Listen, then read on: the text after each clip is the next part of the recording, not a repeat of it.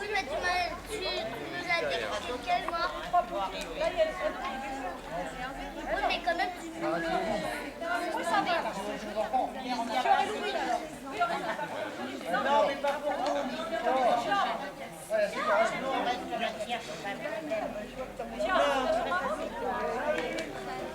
Tiens droit. Mais...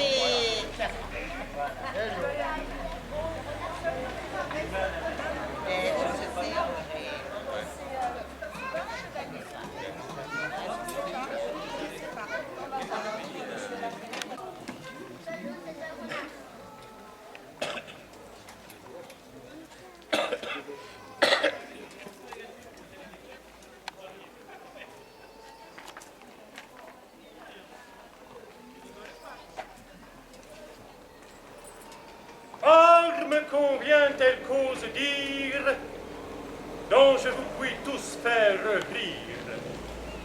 Car je sais bien dessous et la pure, que des sermons n'avez-vous cure, de corps saint oïr la vie, de ce ne vous prend nulle envie.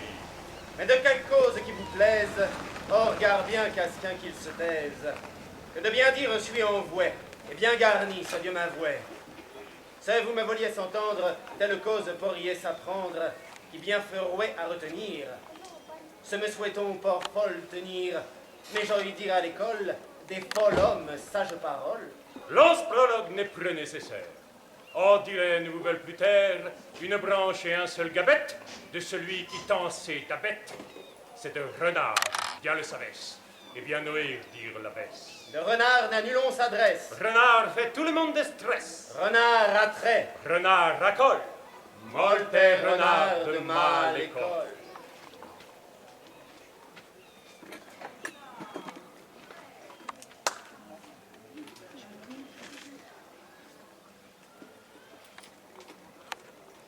L'histoire que je vais vous dire va certainement vous faire rire, car je sais bien en vérité que des sermons vous vous fichez et que vous n'avez nulle envie d'écouter d'un saint la vie.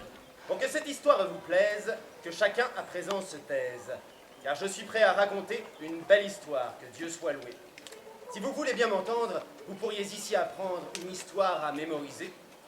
Souvent, de fou on m'a traité, mais j'ai entendu à l'école, homme fou, sage parole. Un prologue n'est pas nécessaire. Je vais vous dire sans rien vous taire une branche et un sale coup du plus rusé de tous les roux. Renard, vous l'avez deviné. On vous en a beaucoup parlé. Renard est un très mauvais guide. Renard, avec tous, est perfide. Renard séduit. Renard cajole. Il vous met à mauvaise école. La prière de Renard. Il advint l'autre prière à Compiègne que Renard fut d'Albocicus. Si s'en revint les sauts menus, droit à une noire abeille.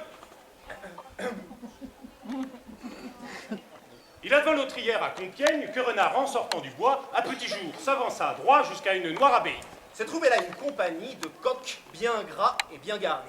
C'est auprès d'eux que Renard va, sans s'arrêter, il va tout droit. Quand il arrive au poulailler, dans l'oreille, pour écouter si les poulets se réveillaient. Quand il a vu que tous dormaient, il tire vers lui le bâton, noué par un petit cordon qui tenait la porte fermée. Il l'a tiré, il est entré. En catimini, sans un bruit, il attrapa un coq du premier coup, qui valait tout au moins 5 sous. Renard n'a ni nac ni serviette, il lui brise aussitôt la tête, il mange bien et fait la fête. Ah, il n'avait pas l'air ainsi d'être du coq le grand ami. Il leur faisait payer très cher aux petits poussins sa colère, eux qui n'avaient pourtant rien fait. Vous savez comme le monde est fait, à la cour il arrive souvent que soient punis les innocents. Renard a eu ce qu'il voulait, car il dévore de bons poulets qui lui font du grand bien au cœur. Renard s'empiffre goulûment, et sur sa tête il fait serment que quoi qu'en disent les moignons, il en mangera d'autres et des bons. C'est en criant qu'il a juré. Mais autre chose lui pend au nez. Laissons donc Renard à cette heure pour vous parler d'un serviteur qui, la nuit, se leva pisser. Et entendit Renard ronger. Il accourt jusqu'au poulailler. Crac!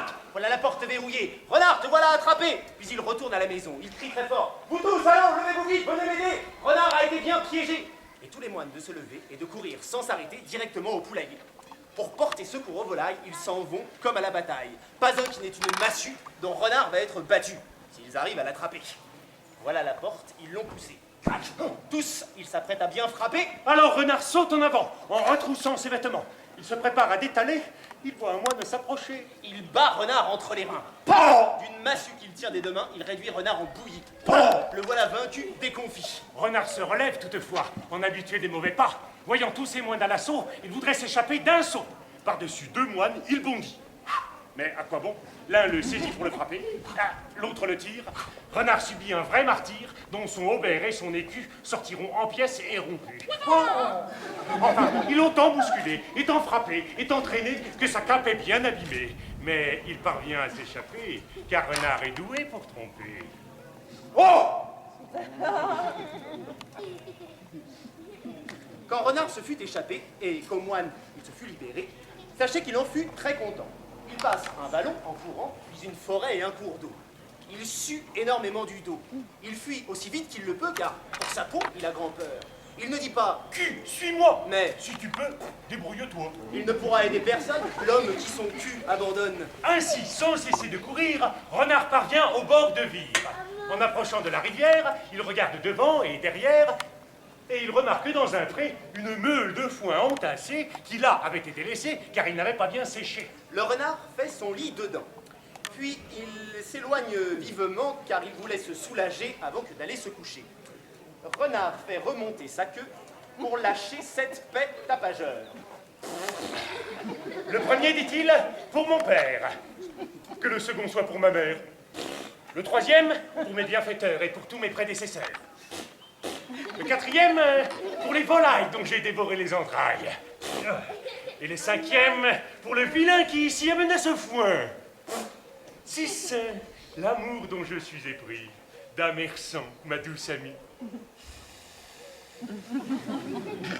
7, pour Isengrin, que Dieu le fasse souffrir demain, qu'il ait bataille en se levant, qu'il meure pour de cruels tourments.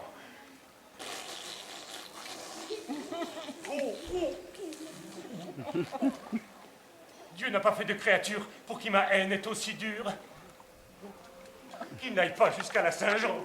Il m'a fait souffrir maints tourments, qu'à une corde il se fasse pendre, sans que personne n'aille le défendre.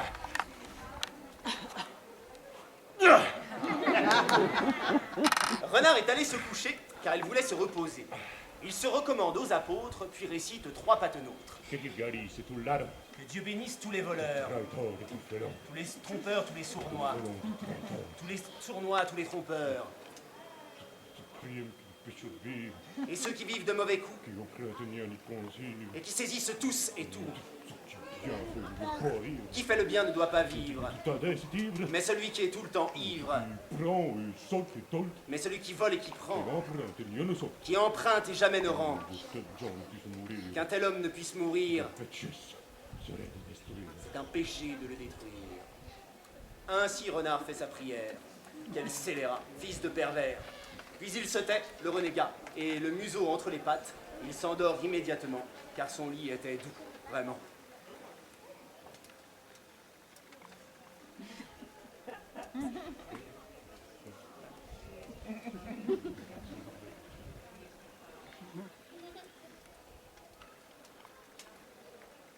Le puits.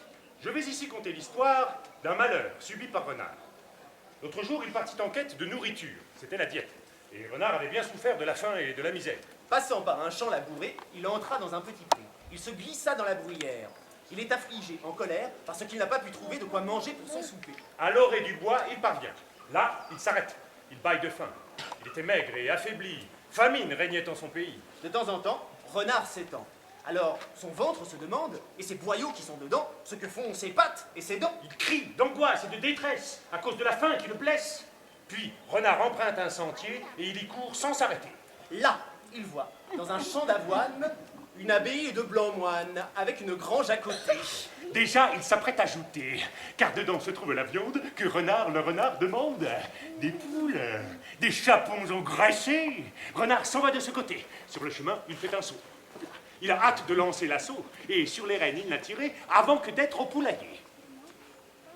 Renard des poules s'est approché. Elles sentent alors le foin bouger, et cela les fait tressaillir. Elles vont dans un coin se tapir. Renard le Roux s'est approché jusqu'à l'endroit où sont cachés. Là, il les saisit, les étranglant. Deux d'entre elles craquent sous ses dents. Quant à la troisième, il l'emporte.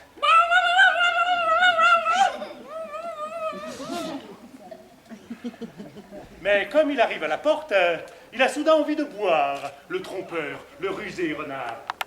Il y a un puits dans la cour. Renard le voit, il y accourt. Car sa soif, il voudrait l'éteindre. Mais l'eau, il ne peut pas l'atteindre. Renard scrute du puits le fond. Il voit qu'il est large et profond. Il n'a pas envie d'y tomber, de peur de s'y trouver bloqué. Enfant, écoutez mes propos. Dans ce puits se trouvaient deux seaux. Lorsque l'un monte, l'autre descend. Et Renard, ce coquin méchant, s'est appuyé au bord du puits, pensif, fâché, anéanti. Il regarde en bas, stupéfait, car dans l'eau il voit son reflet. Les diables alors l'ont bien trompé, car ce reflet qu'il voit flotter, il croit qu'il s'agit d'Hermeline, sa femme, qu'il aime d'amour fine, qui s'est installée là-dedans. Renard, pensif et affligé, lui demande: Qui donc es-tu? Dis-moi là-dedans, que fais-tu? Qui donc es-tu? Dis-moi là-dedans, que fais-tu? Et l'écho remonte du fond. Renard l'entend, lève le front, il crie encore une autre fois: Eh oh! Eh oh! Et de nouveau revient sa voix. Renard l'entend, émerveillé, dans un des seaux, il met le pied, et aussitôt, il est en bas.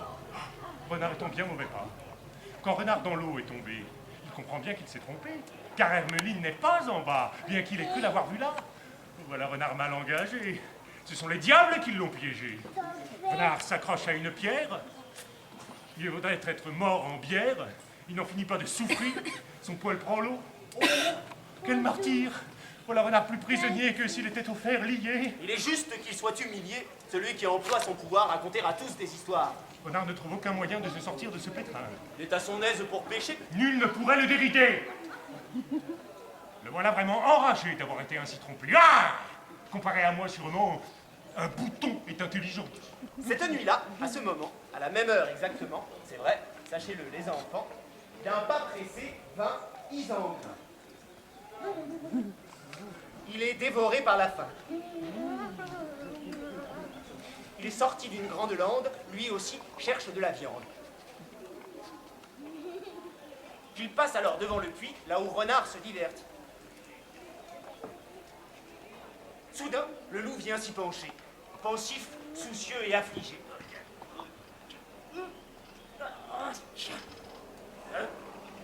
Il regarde le fond, inquiet, et il contemple son reflet.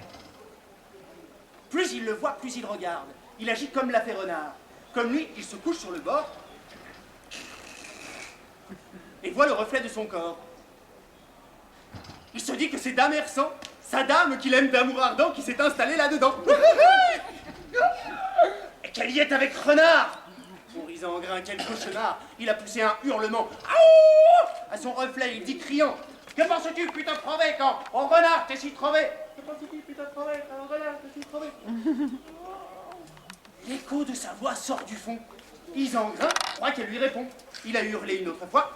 Aouh! Aouh! Et de nouveau revient sa voix. Ainsi donc se plaint Isengrin. Et Renard, lui, il écoute bien. Il l'a longtemps laissé hurler, puis il se met à l'appeler. Qui donc m'adresse Dieu la parole? Je tiens là-dedans une école. Qui donc es-tu, toi? Dit Isengrin. Moi, je suis votre bon voisin, qui fut jadis votre compère. Vous m'aimiez plus que votre frère. On m'appelle par ma foi Renard, qui connaît ruses et traquenards. Maintenant, je suis mort, Dieu merci, et je fais pénitence ici. Ah, voilà une bonne nouvelle. Renard, depuis quand es-tu mort? Depuis peu.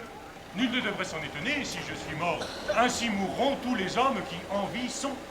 Mon âme est près du divin Cire, qui m'a délivré du martyre, du puant siècle où je vivais. Dieu vous accorde de mourir. Et je vous prie, bon compère, de me pardonner le courroux que vous avez eu contre moi. Je vous l'accorde. Que tout vous soit donc pardonné, compère, ici et devant Dieu. Votre mort me rend malheureux. Oh, j'en suis joyeux. Joyeux, vraiment? Vraiment, ma foi. Mon compère, dites-moi pourquoi? Mon âme est au paradis mise, au pied de Jésus. Jésus est assise. Tu es dans le royaume terrestre. Je suis au paradis céleste. Ici, il y a des terres fertiles, des bois, des plaines, des prairies. Les poussins, ils sont abondants. Que de brebis on voit, vraiment. Beaucoup d'oies et beaucoup de chèvres. Et l'on peut voir beaucoup de lièvres. Des bœufs, des vaches et des moutons. Éperviers, autours et faucons. Ah, ils ont un jour par Saint-Sylvestre que là-dedans ils voudraient être. Ah, vous ne pouvez pas y entrer. Le paradis est spirituel. N'y sont pas mis tous les mortels. Tu as été un grand pécheur, félon, grand traître et très tricheur. Mais faites-moi ici rentrer. Laissez tomber, nous n'aimons guère les nuisances. Regardez donc cette balance. D'un doigt, il a montré le seau. Écoutez donc ce tour nouveau. Renard le roux est beau parleur. Et au loup, il fait croire dans l'heure que les deux seaux qui sont ici et sont pendus à la poulie sont balance du bien et du mal, par Dieu le Père et Saint-Esprit. Renard lui dit afin de le piéger. Ces seaux sont faits pour qu'à la mort, lorsque nos âmes quittent nos corps, qu'elles s'en réjouissent ou s'en offensent, elles s'assoient là, sur la balance. Alors, Dieu étant tout-puissant, quand l'homme est vraiment repentant, le fait descendre au paradis. Ces méfaits restent en haut du puits. Il vous faut donc Dieu implorer, lui rendre grâce, le remercier, afin d'obtenir son pardon. De vos péchés, la rémission. Ainsi, vous pourrez bien entrer. Et Isengrin, impatienté, a tourné le cul vers l'Orient et mis sa tête vers l'Occident. Il se met soudain à chanter et à crier et à hurler. S'il vous plaît, monseigneur, donnez-moi les moutons, et donnez-moi les poulets, et aussi des vaches, et aussi des cannelloni au bout de chou, et aussi des figatelli, et aussi des sketchets. Amen. Et Isengrin dit, j'ai Dieu prié. Et moi, dit Renard, t'es gracié, tu y descendras sans demeure. Il faisait nuit noire à cette heure, et le puits reflétait la lumière des étoiles qui brillaient très claires. Renard, pressé de s'en sortir, se remet alors à mentir. Oh, Isengrin, vois-tu ces merveilles?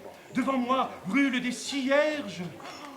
Jésus te fera vrai pardon, et de tes péchés rémission. Que soient infectées ses oreilles, il n'y a ni cierge ni merveille, il n'y a rien que de la nuit, du froid, de l'ignominie. Isengrin, qui n'est pas très futé, croit ce que Renard a conté. Donc il s'agite, fait des efforts pour approcher le seau du bord.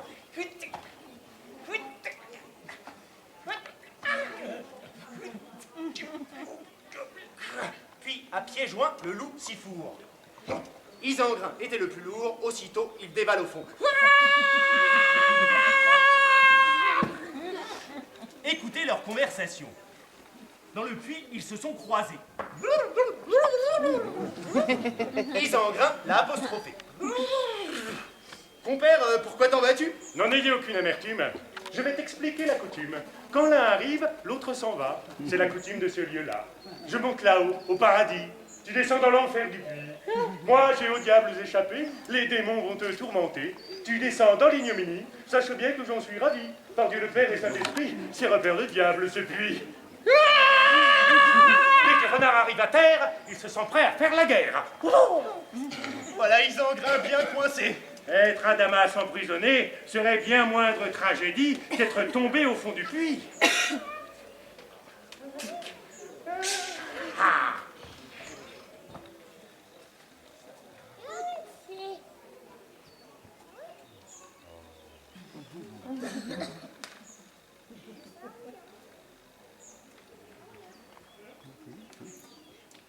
Hersant La Louve. Vous avez entendu les contes que bien des conteurs vous racontent. Comment Paris ravit Hélène, ce qui causa malheur et peine. Et aussi l'histoire de Tristan, que raconteront avec talent, en ces lieux mêmes, à Piève, Juliette Rizou, Julien Gauthier. Des fabliaux, chansons de gestes, L'histoire d'Yvain et de sa bête. et bien d'autres contes sur la terre. Mais jamais on n'a dit la guerre qui fut dure et qui fut sans fin entre Renard et Isengrin. Ce fut l'effroyable combat de deux barons, je ne mens pas. Jamais ils ne se sont aimés.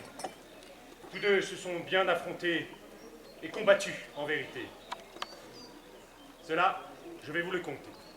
Sachez donc comment commença cette querelle et ce combat. Comment, par quel événement, naquit tant de ressentiment. Il advint un jour que Renard, qui connaît tant de traquenard, dans une forêt profonde s'enfonce.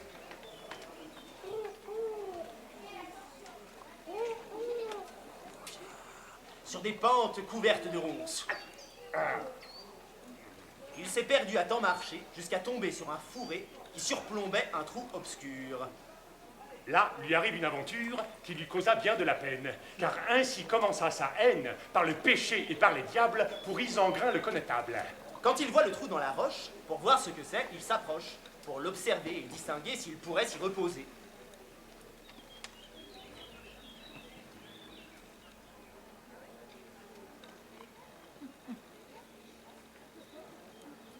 Oh, soudain, dans le trou, il dévale.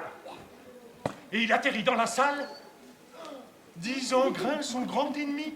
Les louveteaux sont endormis, ainsi que Damersan, la louve, qui les allaite et qui les couve, donnant à chacun son laitage.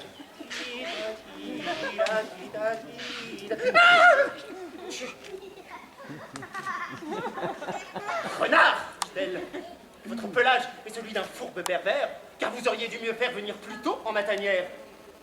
Je serais venu volontiers, mais quand je vais par les sentiers, je suis épié par Isengrin, sur les routes et sur les chemins. Que puis-je faire, je ne le sais, face à votre époux qui me hait? C'est grand péché qui me haïsse. Que 1000 fois Dieu me maudisse si je lui fis une chose, une, qui ait pu causer sa rancune.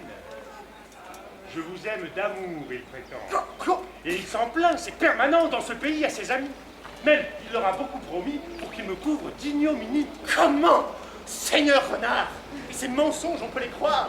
Ah, qui croit venger son honneur ne fait qu'attirer le malheur. Je n'ai pas honte de l'annoncer. À mal, je n'ai jamais pensé. Mais, puisqu'il m'a tant accusé, vous allez sur le champ m'aimer. Vous reviendrez souvent ici, et vous serez mon tendre ami. Enlacez-moi et me baisez. La chose après tout est aisée. Personne ici qui ne nous voit.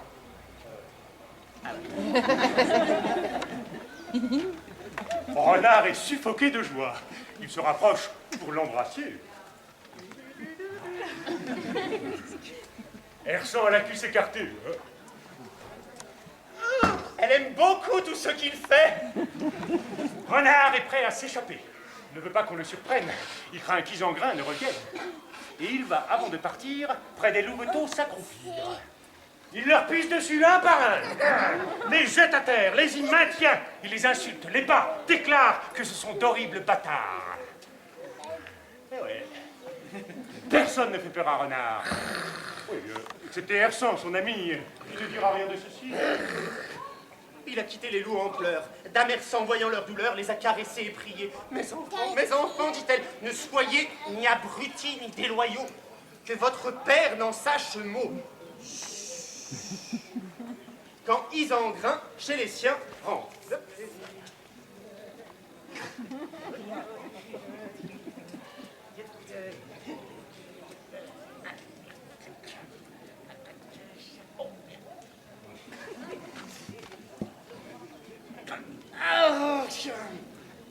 Ses fils aussitôt se lamentent. Car ils ont été tabassés, couverts de pisse et piétinés, et insultés, et appelés fils de putain, affreux bâtard. Et pire encore, a dit Renard, vous n'êtes qu'un pauvre... comment il a dit? Un pauvre... cocu. Isengrin, de rage éperdu, entend de sa femme le forfait. Pour un peu, il s'évanouirait. Pute salope, pute mauvaise, je te fais vivre avec grande aise, bien nourri, bien protégé. Voilà qu'un autre t'a baisé. Ouh, ton cœur est vraiment bien changeant, puisque Renard, ce roux puant, ce salopard, ce débauché, t'as ici même chevauché. Ah, Oh, les anguilles. les anguilles.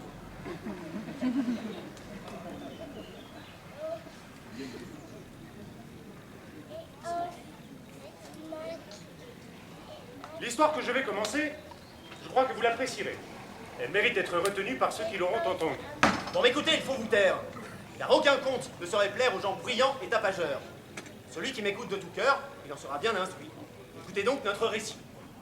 Mes chers enfants, c'était au temps où l'été doux va déclinant et l'hiver revient en saison. Renard se trouve en sa maison, mais il n'a plus de provisions. Quelle dramatique situation. Il n'a plus rien à dépenser. Ses dettes, il ne peut rembourser. Comme il a faim, Renard s'en va, tout doucement, sans qu'on le voie. Passant des joncs, il accélère, entre le bois et la rivière. À force d'errer, de marcher, il arrive jusqu'à 1 centime. Là, il s'accroupit, le renard, en regardant de toutes parts. Il est inquiet, ne sait que faire, car la faim lui fait du reguerre. C'est là qu'il attend l'aventure.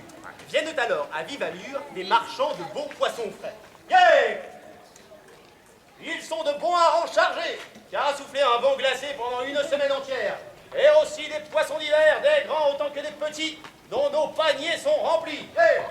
Quand Renard voit cette charrette, remplie d'anguilles et d'autres bêtes, il va au milieu du chemin.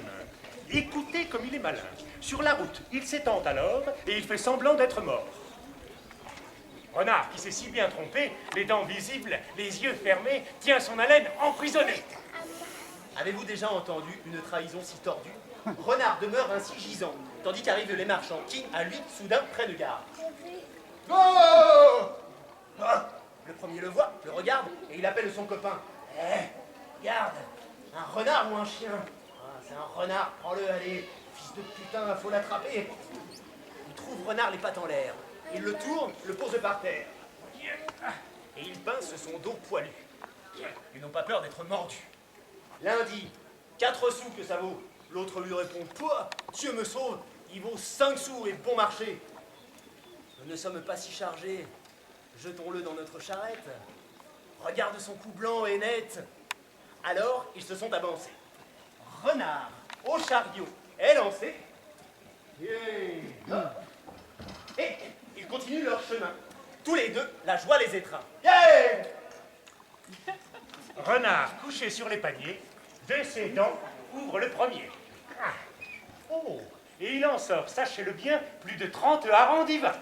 Dès qu'il a vidé le panier, en dévorant bien volontiers, sans ajouter ni sauge ni sel pour agrémenter sa gamelle, il attaque un panier nouveau, en y glissant tout le museau. Bonne combine, il y grappille 2 très beaux chapelets d'anguilles. Et jamais à court de sale coup, il les met autour de son cou. Oups là.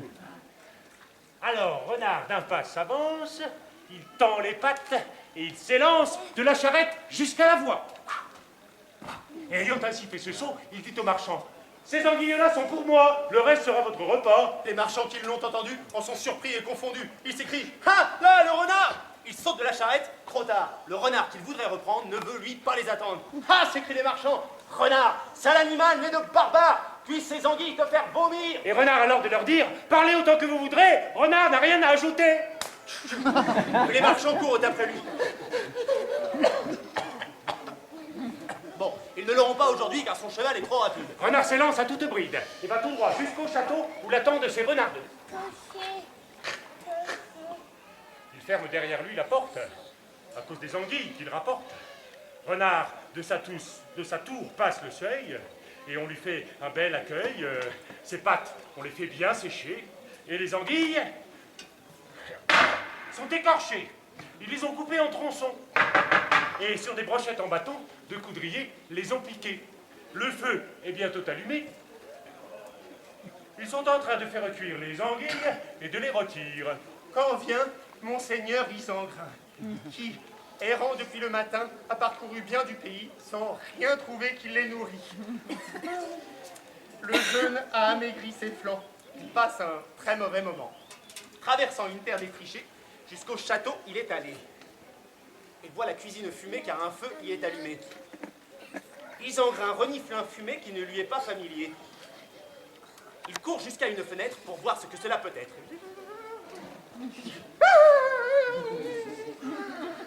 Il se met à se demander comment il pourrait là entrer. Puis il appelle Renard de la sorte. « Sire compère, ouvrez la porte !» Renard l'entend, le reconnaît bien. Quant à ouvrir, il n'en fait rien. Il fait même la sourde oreille. Et Isengrin s'en émerveille. Il reste dehors dans l'angoisse, sans les anguilles qu'il convoite. Puis il lui dit « Ouvrez, beau sire !» Alors Renard se met à rire. Qui êtes-vous? C'est nous. Qui vous? C'est votre compère. Ah, On croyait que c'était un voleur. Mais laissez-moi vous demander, êtes-vous venu pour mendier? Moi? Non. Pour voir votre maison. Oh, c'est impossible, pas le moment. Dites, vous mangez de la viande? Ce ne sont pas des fromages mous, mais des poissons qui ont grand goût. Des poissons. Est-ce de la viande? Oui. Donnez-moi, s'il vous plaît, un bout. Je ne veux que sentir le goût. Quelle chance ils eurent d'être pêchés, les poissons, et écorchés, puisque c'est vous qui les mangez. Renard est habile pour tromper. D'une anguille, il prend 2 bouchées qui ont rôti dans le brasier. Il en mange une. L'autre, il l'apporte à celui qui est à la porte. Approchez un peu et tenez, par charité, de quoi manger. Isengrin la veut à présent. Renard lui donne et il la prend. Il a tout fait de la manger. Il en reprendrait volontiers. Renard lui dit, que vous en semble? Le glouton en frémit et tremble de gourmandise consumée. Donnez-moi s'il vous plaît une bouchée. Vous en serez récompensé. Mon très beau et très doux compère. Écoutez alors un bon tour. Renard le Roux sort de sa tour et va tout droit vers Isengrin. Tous deux s'en vont par les chemins, Renard devant, l'autre derrière.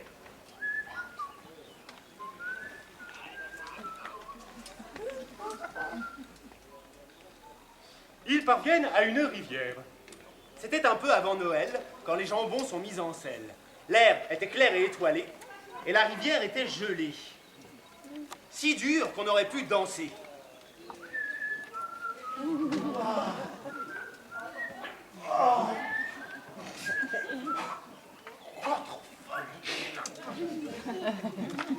La glace d'un trou était percée, qu'un paysan avait creusé, car il y menait tous les soirs ses bêtes pour jouer et pour boire. Un seau avait été laissé. Renard s'approche, tête baissée. À son compère jette un regard. Seigneur, venez là, dit Renard. Non, non, Seigneur, venez là, dit Renard. non. C'est là que sont tous les poissons. Et l'instrument dont nous pêchons, et les anguilles, et les barbeaux, et d'autres poissons bons et beaux. Attachez ce seau à ma queue. Renard le prend, avec un nœud, il l'attache aussi fort qu'il peut. Mon frère, il faut, c'est obligé, vous tenir ici sans bouger pour faire venir le poisson.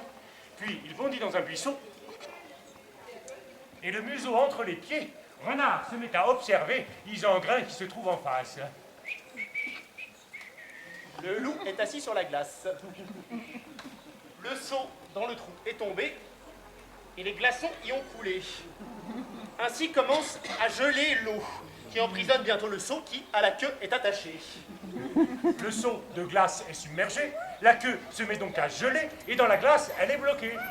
Isengrin veut la soulever. Il croit qu'il peut le seau tirer. Et plusieurs fois, il s'y essaie.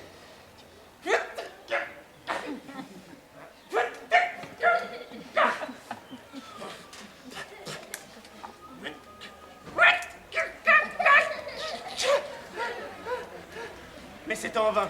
Il est inquiet. Il se met à crier. Renard! Aouh! Il ne pourra pas se cacher puisque déjà l'aube a percé. Renard lève les yeux vers lui. Frère, dit-il, cela suffit. Allons-nous-en, très cher ami. Vous avez assez de poissons. Il y en a trop. Que fait-on? J'en ai pris plus qu'on ne peut dire. Alors Renard se met à rire. Sans hésiter, il dit au loup que celui qui veut tout perd tout. L'aube apparaît. La nuit s'achève. Le soleil du matin se lève. La terre couverte de neige est blanche. Et le seigneur Constant des Granges, un petit noble très prospère qui vivait près de la rivière, sonne du corps. Ses chiens cavalent. Il veut qu'on selle son cheval. Donnant ses ordres, il hurle et crie. Renard se retourne et s'enfuit jusqu'à être dans sa tanière. Isengrin, lui, vient calvaire. Il a poussé. Il a tiré. Sa peau manque de se déchirer. Car si Tandis d'ici qu'Isengrin il se peut débat, partir, il faut que sa queue puisse sortir. un serviteur n'arrive au pas, qui tient 2 lévriers en laisse. Il voit Isengrin, il se presse. Il le regarde et il s'écrie. Oh, le loup, le loup! Aïe, aïe, voilà Isengrin bien mal parti. Car Seigneur Constant, aussitôt, vient à cheval au grand galop. Ayant dégainé son épée, il se prépare à bien frapper. Mais le coup tombe différemment. L'épée jusqu'à la queue descend. Elle est coupée au ras du rat. Juste à l'anus, je ne mens pas. Isengrin, qui l'a senti, fit un grand bond. Et puis s'enfuit. La meute derrière lui se presse en attrapant souvent ses fesses. Et sa queue est restée derrière. Oh, c'est du constat, il y a que du loup qui joue de la glace, là, du gars, ils sont partout. Cela l'attriste, le désespère. Il croit en crever de fureur. Il fuit toujours et de tout cœur arrive au bois à vive allure. Là, il s'arrête et il le jure. De Renard, il se vengera. Plus jamais il ne le croira. Le duel judiciaire.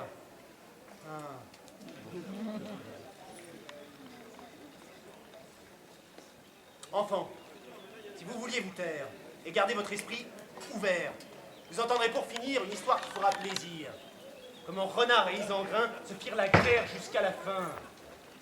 Si vous prêtez une bonne oreille, vous entendrez bien des merveilles quant à Renard, cet endiablé. Je suis tout chaud et excité de parler ici de Renard à l'instant même et sans retard. Monseigneur Noble, le lion, avait près de lui ses barons, juste au moment et juste au point où le loup fut mis mal en point. Sachez donc bien la vérité. C'était une grande assemblée, venue de façon volontaire, de maint pays, de mainte terre. Tous les barons vinrent ensemble, sauf Sire Renard, il me semble. La cour du roi n'est pas discrète, hein. Ils mangent bien, ils font la fête, ils font du bruit dans le palais, ils chantent des chansons, des laits avec tambourins et tambours. Lorsqu'Isengrin survient, il court. Il entre au milieu de la cour. Il vient, le cul à l'air libre, n'ayant plus rien pour se couvrir. Il ne faut pas sortir ainsi, beau sire. Couvrez votre trou. Isengrin ne dit rien du tout. Passant devant, il va tout droit là où était Noble, le roi. On voit son trou. On voit son trou. Il faut punir Renard le Roux. Il m'a fait ce sale coup. Il m'a fait perdre ma queue, ce qui fut des plus douloureux, car je n'étais pas sur mes gardes. Monseigneur Noble le regarde et rit à gorge déployée. Renard, dit Isengrin, dit-il, il t'a tué, celui qui t'a si maltraité. Te voilà plus diable que bête. Je comprends fort bien ta requête. Tu es justement enragé, mais tu seras bientôt vengé. Renard va venir à la cour et il paiera ce sale tour. Où êtes-vous, seigneur Grimbert? Là. Renard est bien découvert. Sa fourberie n'est que trop claire. À présent, allez le trouver. Renard est un tel forcené que si vous n'allez le chercher, nul ne pourra me l'amener. J'irai le chercher de ce pas. Et si je le trouve, il viendra. Aussitôt, Grimbert de la cour part et va tout droit vers chez Renard. Bien que le roi soit irrité qu'Isengrin ait la queue coupée, il donne l'ordre que l'on s'installe pour, au baron, offrir un bal. Quand ils eurent assez dansé, assez tourné, assez sauté, voilà que vient Grimbert le sage qui a délivré son message, car c'est bien Renard qui l'amène. Oh, il a fait venir à grand-peine. Il ne faut pas s'en étonner. Sa dernière heure est arrivée.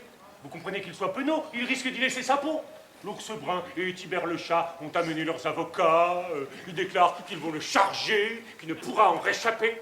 Ainsi, dès que Renard le voit, il s'agenouille devant le roi. Grand roi, que le fils de Marie vous protège, et vos gens aussi. Ce salut, je ne le rends pas. Roux venimeux de pute foi. Avant que d'ici tu dégages, tu nous laisseras un bon gage. À tout le moins, ce manteau roux. Tu fais à tous des sales coups, mais tu as dû l'entendre dire. Après grande joie, grand déplaisir, après le vent chaud, vient la bise, tant va la cruche à l'eau qu'elle se brise. Et je crois que pour votre part, vous l'avez brisé, sire Renard. Renard avait bien du talent. Il répondit très poliment. Vous me voyez très mécontent si j'ai nui en quelque manière à un homme qui vous serait cher, mais je n'en ai pas souvenir. Quelqu'un, je crois, a dû médire, conter des histoires pour me nuire. On peut, tant que l'on veut, mentir. Ce qui est vrai, je le sais bien, je ne suis coupable de rien. Honnête homme n'est jamais aimé. Être loyal, c'est être blâmé. Bien fou qui dit la vérité. Plusieurs en furent déshérités et privés de leur terre à tort, car les vantards sont les plus forts. Mauvaise grâce m'a Dieu donnée, puisque telle est ma destinée. Les bienfaits que j'ai faits, ma foi, sont tous retournés contre moi. Je les ai bien souvent aidés, ceux qui ici m'ont accusé. Bon, vous m'avez ici convoqué, je suis tout prêt à respecter le jugement de votre cour. À ces mots, Isengrin accourt. Et la mésange, et Tibère le chat, et l'ours brun rompt au combat. Dame Roussette, la poule fine, et Dame Pinte, sa voisine, qui ne pondait que des œufs gros, et Sire Chanteclair, le coq, tous, devant le roi, viennent gémir. Il ne sert à rien de mentir. De la main gauche, Renard se signe. Bien malgré lui, il se résigne. Et de tant de crimes accusés, il a peine à se disculper. Le roi demande, qu'en dites-vous? Je jure, répond Renard le Roux, que je ne me souviens de rien dont puisse se plaindre Isengrin. Si vous voulez le demander, je suis tout prêt à le prouver. Ou par serment, ou par duel. Au Moyen-Âge, le rituel du duel judiciaire signifiait que lorsqu'il y avait procès, les deux opposants combattaient. Et celui qui était défait était considéré coupable, et le vainqueur irréprochable, car on pensait que c'était Dieu qui en punissait un des deux. Alors Isengrin s'est levé. Il prie le roi de patienter. Il veut prouver qu'il a dit vrai, que jamais il ne mentirait. Renard, dit le loup, attention. Moi je demande réparation des ennuis que tu m'as causés et dont nous venons de parler. Tu as bien tourmenté les bêtes avant que la cour ne t'arrête. Les jeunes, autant que les anciens, tu les as pris pour des crétins. Au nom de tous ceux qui se plaignent, et qui tous, ici même, se tiennent, puisque je sais que tu me hais, je vais achever ton procès. Renard répond, c'est bien parlé, encore faut-il tout démontrer. Tu m'as causé bien des souffrances. Tu te parjures et tu offenses. Avec ma femme, tu m'as trompé. Oh, et Renard répond, vous mentez. Sans demander ma permission, tu l'as baisé par le croupion. Vous auriez dû taire ce conte. Ce récit vous couvre de honte, car si je l'ai poussé, tiré, c'était bien pour la délivrer d'un trou où elle était coincée.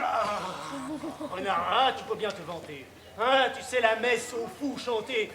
Tu m'as tant mené en bateau que je suis monté dans le seau qui fut avalé par le puits. Puisses-tu avoir les dents pourries? Oh, par ma foi, vous y allez fort. La gourmandise vous fit tort. Ah, Isengrin, vous parlez trop. Vous allez passer pour un sot. Vos intentions paraissent ici. Vous avez bel et bien menti. Oh, celui qui ment, son âme perd. Assez, Renard. J'ai trop souffert de tes vices et de tes forfaits. Et, si le roi me le permet, c'est un duel qui te pend au nez. C'est bien ce que j'ai demandé. Baron, écoutez-moi, dit le roi. Si je me trompe, reprenez-moi.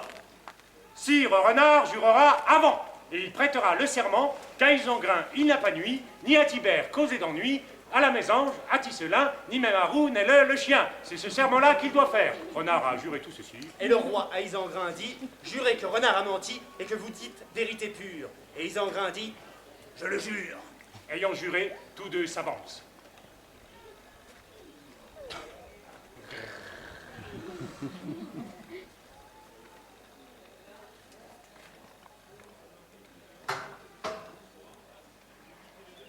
Sans retard, la bataille commence. On les place dans un champ ensemble, même les plus hardis de peur tremblent. Renard maintient son bouclier sur sa tête pour se protéger. Isengrin, lui, s'est rapproché. Renard lui donne un coup violent. Isengrin, pris de frénésie, aussitôt se jette sur lui. Renard, te voilà mal parti. Wow! Isengrin, ne rêvez pas. On verra bien dans ce combat qui de nous deux triomphera. Que je sois de honte accablé si de toi je me suis vengé. Oh, je crois bien que vous vous vantez, mais vous n'êtes bon qu'à parler. Il est grand temps de m'attaquer. Alors le loup se précipite. Mais Renard ne prend pas la fuite. Il lui donne un coup si violent qu'il s'en souviendra pour longtemps, car son bras gauche en est rompu. Voilà, Isengrin bien battu. Ils ont repris leur bouclier et ils se frappent enragés.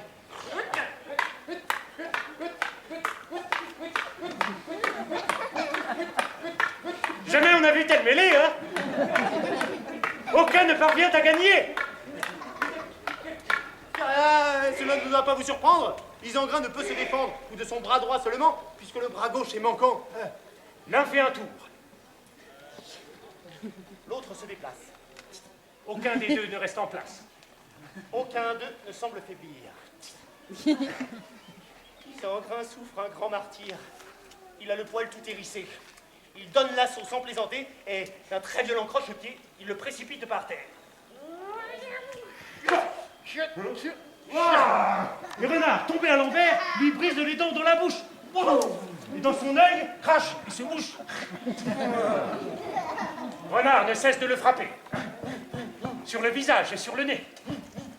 Il lui fait perdre poil et cheveux. Isengrin veut l'atteindre aux yeux. Et il les recherche à tâtons. Mais, horrible malédiction, son doigt va, en se glissant, dans la gueule. Et Renard, de ses dents, lui tranche la chair jusqu'à l'os. Isengrin lui bloque la main au dos et le serre avec tant de vigueur que Renard tombe pour son malheur et qu'Isengrin sur lui s'assoit. Renard est saisi par l'effroi. Isengrin des genoux le serre. Renard ne voit plus ciel ni terre. Il aimerait mieux être ailleurs que de souffrir tant de douleurs. Il se sent soudain accablé. Il n'a plus de cœur à l'effort. Il a soudain l'air d'être mort. Isengrin donne des coups de poing. Renard ne bouge ni pied ni main. Sa situation est fatale. Il a tout l'air d'être au plus mal.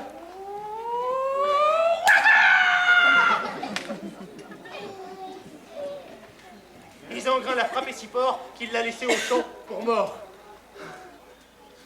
Jamais la cour du temps de joie, car tous les barons morts le croient.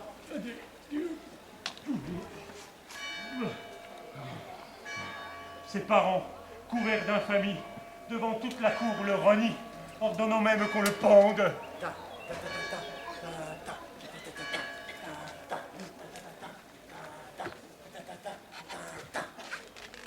Tibère le chat, les yeux lui bandent.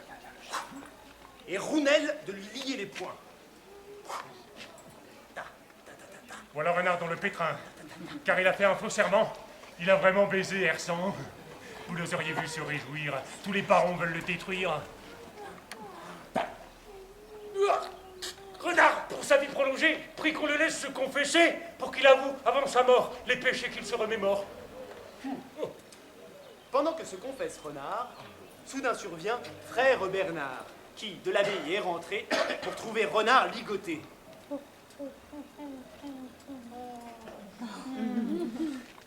Pour servir Dieu, donnez-le-moi. Pour nous, il est mort sur la croix. J'en ferai un moine cloîtré, et même un sage en vérité. Noble se dit qu'il a raison.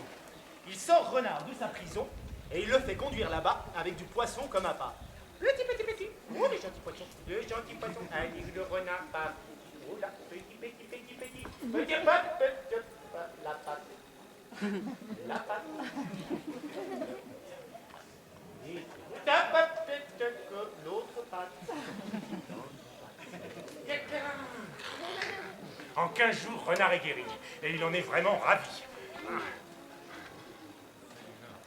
Il retient les enseignements. Il n'a pas l'air de faire semblant. Il a tout d'un bon religieux. Beaucoup le tiennent pour vertueux. Un jour, en sortant de la messe, qu'il a suivi avec liesse, il quitte la chapelle en dernier. Il tient à la main son psautier.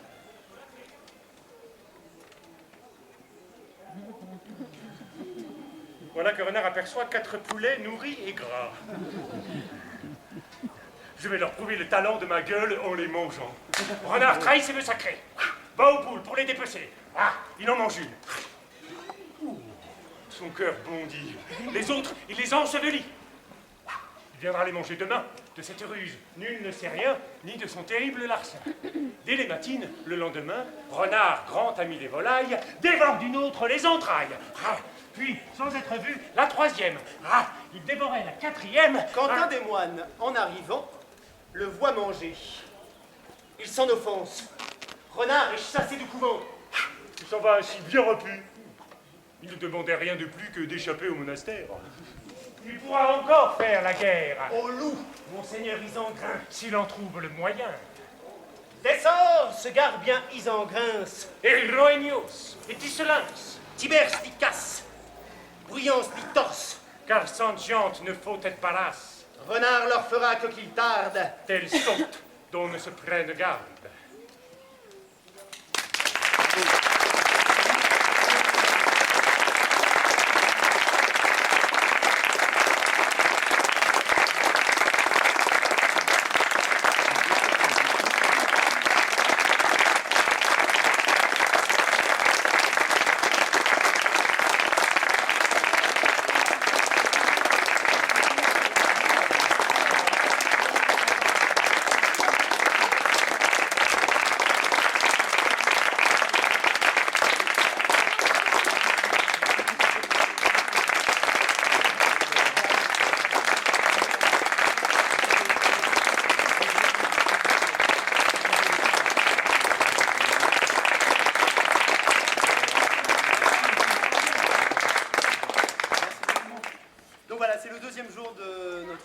extra théâtral et du pied.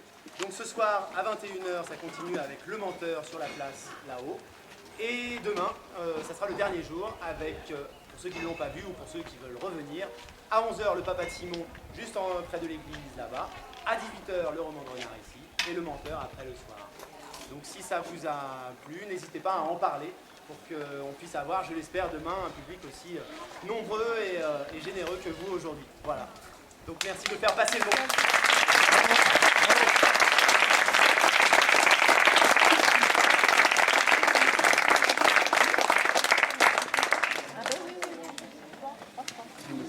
On a plein de tracts à vous donner si vous vous promenez encore, si vous allez à la plage. Prenez-en, distribuez-en.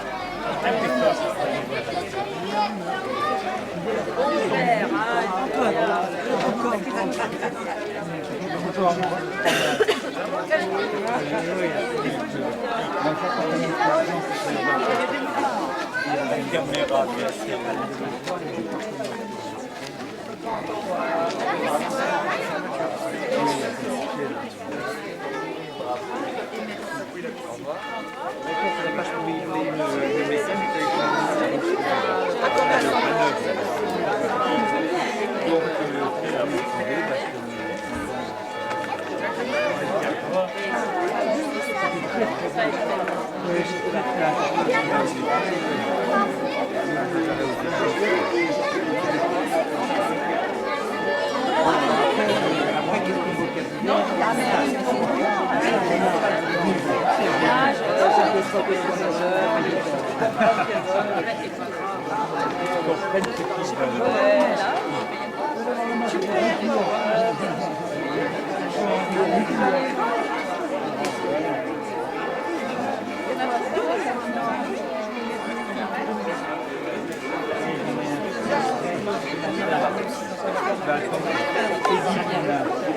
pas tout. Ça, c'est Guy qui me l'a donné. C'est qui? Il m'a fait ce matin. Il a redonné ceci pour la politique. Vous avez déjà bon, il va être certainement faire. Elle a dit qu'elle avait 24 chaises. Autre chose, c'est qu'on va réduire un peu la carte.